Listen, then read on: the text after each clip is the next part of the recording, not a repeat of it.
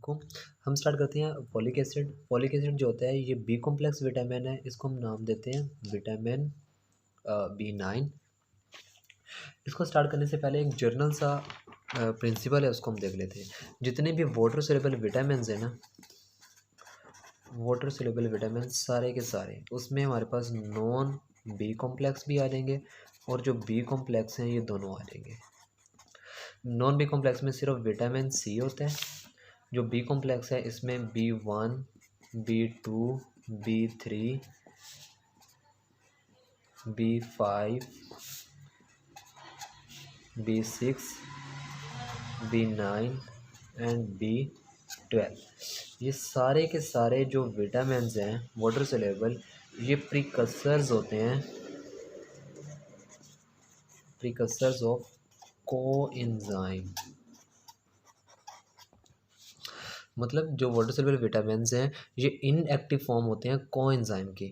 तो कोई प्रोसेस होगा, मतलब किसी में हाइड्रोजन वगैरह ऐड होगी या किसी का कोई और प्रोसेस होगा, उस प्रोसेस के थ्रू जो विटामिन होते हैं वो कन्वर्ट होते हैं इनटू एक्टिव फॉर्म, जो ऐड करती है एज अ कोएंजाइम।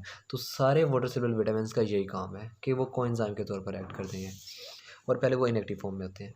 जो विटामिन के है ये वाहिद फैट सोल्यूबल विटामिन है जो एक्ट करता है एज अ कोएंजाइम। तो इसका काम बिल्कुल ऐसा होता है जैसे वाटर सोल्यूबल विटामिन का है। अब आपने याद कैसे रखना है, के जो होता है के मतलब किंग, और किंग की अपनी मर्जी होती है। किंग कहता है मैंने फैट सोल्यूबल विटामिन की बात नहीं माननी, मैंने वही काम करना है जो वाटर सोल्यूबल विटामिन कर रहे हैं, तो इसलिए ये कोएंजाइम के तौर पर ऐड करता है। इसी तरह जो हमारे पास विटामिन जो फॉलिक एसिड है B9 है, तो ये भी इनएक्टिव फॉर्म है, तो इसको हमने एक्टिव फॉर्म में कन्वर्ट करना है। जो फॉलिक एसिड की एक्टिव फॉर्म है उसको हम नाम देते हैं tetrahydrofolic acid, THF, tetrahydrofolic acid. अब ये कैसे एक्टिव फॉर्म में कन्वर्ट होता है वो हमने देखना है। इसको एक्टिव फॉर्म में कन्वर्ट करने के लिए 4 हाइड्रोजन के एटम ऐड करने पड़ते हैं, और उसको ऐड करने के लिए एक एंजाइम होता है जिसका नाम है dihydrofolate reductase. Addition of hydrogen इसको रिडक्शन होता है। तो ये फोलिक एसिड को रिड्यूस कर देता है, मतलब उसमें हाइड्रोजन ऐड कर देता है। और हाइड्रोजन का सोर्स कौन होता है, वो हमारे पास होता है NADPH। ठीक है, ये अपनी हाइड्रोजन दे देगा। अब ये एंजाइम जो होता है डाई हाइड्रोफोलेट, ये फोलिक एसिड के अंदर 2 हाइड्रोजन ऐड करेगा, तो ये कन्वर्ट हो जाएगा इनटू डाई हाइड्रोफोलिक एसिड। जब फर्दर दोबारा इस पर ये अटैक करेगा तो 2 तो पहले ऐड हो गए थे, 2 और ऐड कर देगा तो कितने हो जाएंगे, टेट्रा हो जाएंगे, मतलब 4 हाइड्रोजन हो जाएंगे। टेट्रा हाइड्रोफोलिक एसिड THF में कन्वर्ट हो जाएगा। अब जो ये वाला एंजाइम है डाई हाइड्रोफोलेट रिडक्टेस, ये इनहिबिट होता है बाय मेथोट्रेक्सेट। जो हमारे पास ट्रैक्सेट है, ये कॉम्पिटिटिव इनहिबिटर होता है ऑफ डाई हाइड्रोफोलेट रिडक्टेस। तो ये वाला जो इनहिबिटर है ये इसको इनहिबिट कर देगा और इसको एक्टिव फॉर्म में कन्वर्ट नहीं होने देगा। जी देखिए, फॉलिक एसिड है, इसकी एक्टिव कोएंजाइम फॉर्म जो है वो हमने देख ली टेट्रा हाइड्रोफोलेट, और ये बनती कैसे है ये भी हमने देख ली है। जो फॉलिक एसिड होता है ये 1 कार्बन मेटाबॉलिज्म में इन्वॉल्व होता है, मतलब ये 1 कार्बन फ्रेगमेंट, फॉर एग्जांपल हम CH3 ले लेते हैं, ये एक मॉलिक्यूल से लेगा और दूसरी मॉलिक्यूल को ट्रांसफ़र कर देगा।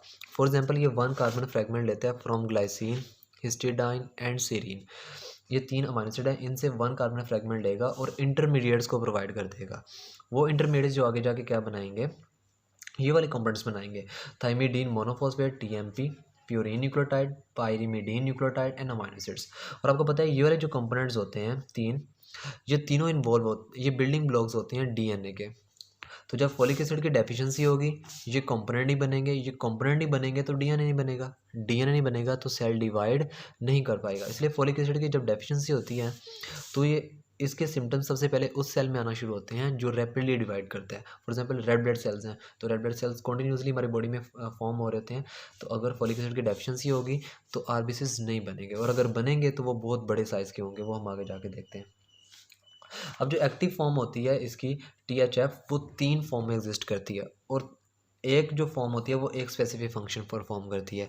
ये वाली फॉर्म दूसरे वाली फॉर्म का फंक्शन परफॉर्म नहीं कर सकती, और जो दूसरे वाली वो पहले का परफॉर्म नहीं कर सकती।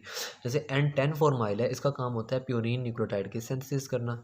जो N10 N5 N10 मिथाइलिन है, इसका काम होता है TMP सिंथेसिस करना। और ये सेरीन को बनाती है फ्रॉम ग्लाइसिन। ये आपने कैसे याद रखना है, गवर्नमेंट हाई स्कूल से याद रखना है। जी मतलब ग्लाइसिन होता है, ग्लाइसिन को कन्वर्ट कर देते हैं इनटू सेरीन, तो ये सेरीन के सिंथेसिस करवाती है। N10 N5 N10 methylene THF। उसके बाद जो लास्ट फॉर्म इसकी है उसको हम नाम देते हैं N5 मिथाइल THF। इसका काम ये होता है कि ये मिथियोनाइन सिंथेसिस करती है फ्रॉम होमोसिस्टाइन। ये वाला जो फंक्शन है ये हम आगे जो विटामिन B12 है उसमें इसको अच्छी तरह एक्सप्लेन करेंगे कि ये कैसे इसमें टेक पार्ट करती है। नेक्स्ट हमारे पास ये है कि जब फोलिक एसिड की डेफिशिएंसी हो जाए तो उस वक्त कौन सी डिजीज़ होंगी। तो इसमें दो तरह की डिजीज़ होती हैं, मेगालोब्लास्टिक एनीमिया और न्यूरल ट्यूब डिफेक्ट्स। तो पहले मेगालोब्लास्टिक एनीमिया को देखने से पहले हम ये देखते हैं कि एनीमिया होता क्या है। जो एनीमिया होता है इसका मतलब ये है कि ब्लड में हीमोग्लोबिन का लेवल बिलो द नॉर्मल है। जो नॉर्मल लेवल है उससे हीमोग्लोबिन का लेवल कम हो तो हम उसको नाम देते हैं एनीमिया का।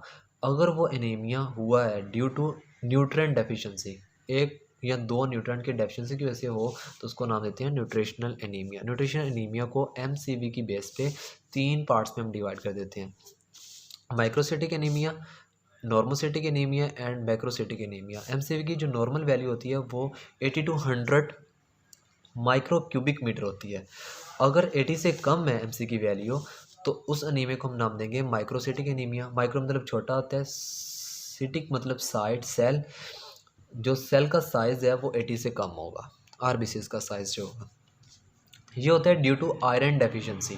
आयरन हीमोग्लोबिन बनाने में यूज़ होता है, अगर आयरन नहीं होगा हीमोग्लोबिन नहीं बनेगा, हीमोग्लोबिन भी कम होगा और सेल का साइज़ भी छोटा होगा। अगर हम बात करें विटामिन सी की तो विटामिन सी जो होता है ये रिड्यूसिंग एजेंट है।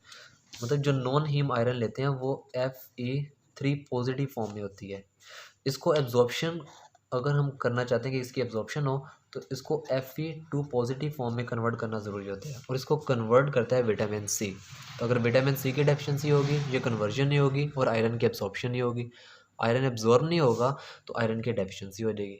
तो अल्टीमेटली वही रिजल्ट आएगा कि माइक्रोसिटिक एनीमिया हो जाएगा। पायरिडोक्सिन डेफिशिएंसी, ये वाला जो हमारे पास विटामिन है ये इन्वॉल्व होता है हीमोग्लोबिन सिंथेसिस में, हीम बनाने में ये यूज़ होता है। तो जब ये विटामिन डेफिशिएंस होगा, इसकी डेफिशिएंसी होगी, हीमोग्लोबिन नहीं बनेगा और फिर माइक्रोसिटिक एनीमिया हो जाएगा। नॉर्मोसिटिक एनीमिया का मतलब ये है कि सेल का साइज़ तो नॉर्मल है, 80 to 100 साइज़ नॉर्मल है, लेकिन उसके अंदर हीमोग्लोबिन कम है। रीज़न ये है कि जो हीम होता है, हीम प्लस ग्लोबिन, ये दोनों चीज़ें मिलके फिर बनाती हैं हीमोग्लोबिन HP। तो जब ग्लोबिन प्रोटीन नहीं होगी, उसकी माल न्यूट्रिशन है, मतलब आप डाइट में पूरी नहीं ले रहे प्रोटीन, ग्लोबिन कम बनेगी, अल्टीमेटली हीमोग्लोबिन कम बनेगी और सेल के अंदर हीमोग्लोबिन कम होगी लेकिन सेल का साइज नॉर्मल होगा, उसको नाम देंगे नॉर्मोसिटिक एनीमिया। लास्ट पे आती है मैक्रोसिटिक एनीमिया, मतलब सेल का साइज 100 अबव है, इसको हम दूसरा नाम देते हैं मेगालोब्लास्टिक एनीमिया। मेगालोब्लास्टिक एनीमिया मतलब बड़े बड़े सेल बनना शुरू होते हैं इसमें। ये होते हैं due to deficiency of cobalamin and folic acid. अब ये कैसे होता है, देखें अभी मैंने आपको बताया है कि जो फॉलिक एसिड होता है वो TMP प्यूरिन एंड पायरीमिडाइन न्यूक्लियोटाइड को बनाता है और ये आगे जाके DNA को बनाते हैं। जब DNA होगा, पहली बात है सेल डिवाइड नहीं करेगा और जो सेल होगा वो बड़ा मतलब उसका साइज़ ज़्यादा हो जाएगा, वो साइज़ में इंक्रीज़ कर जाएगा, तो जिसके से क्या हो जाएगा, मेगालोब्लास्टिक एनीमिया हो जाएगा। न्यूरल ट्यूब डिफेक्ट्स में देखते हैं, न्यूरल ट्यूब डिफेक्ट्स दो तरह के होते हैं, स्पाइना बाइफिडा, एनेंसिफेली। एनेंसिफेली में देखते हैं क्या होता है। आपको पता है जब थर्ड वीक होता है उस टाइम जो एक्टोडर्म है उसके ऊपर एक प्लेट सी बनती है जिसको हम नाम देते हैं न्यूरल प्लेट। अब जो न्यूरल प्लेट है उसके बाद इसके फोल्ड्स बनना शुरू होते हैं, फोल्ड्स बनते हैं और अंदर एक ग्रुप बन जाता है। इन फोल्ड्स को नाम देते हैं न्यूरल फोल्ड्स। अब जो न्यूरल फोल्ड्स हैं वो आपस में फ्यूज़ होते हैं, फ्यूज़ होके बना देते हैं न्यूरल ट्यूब।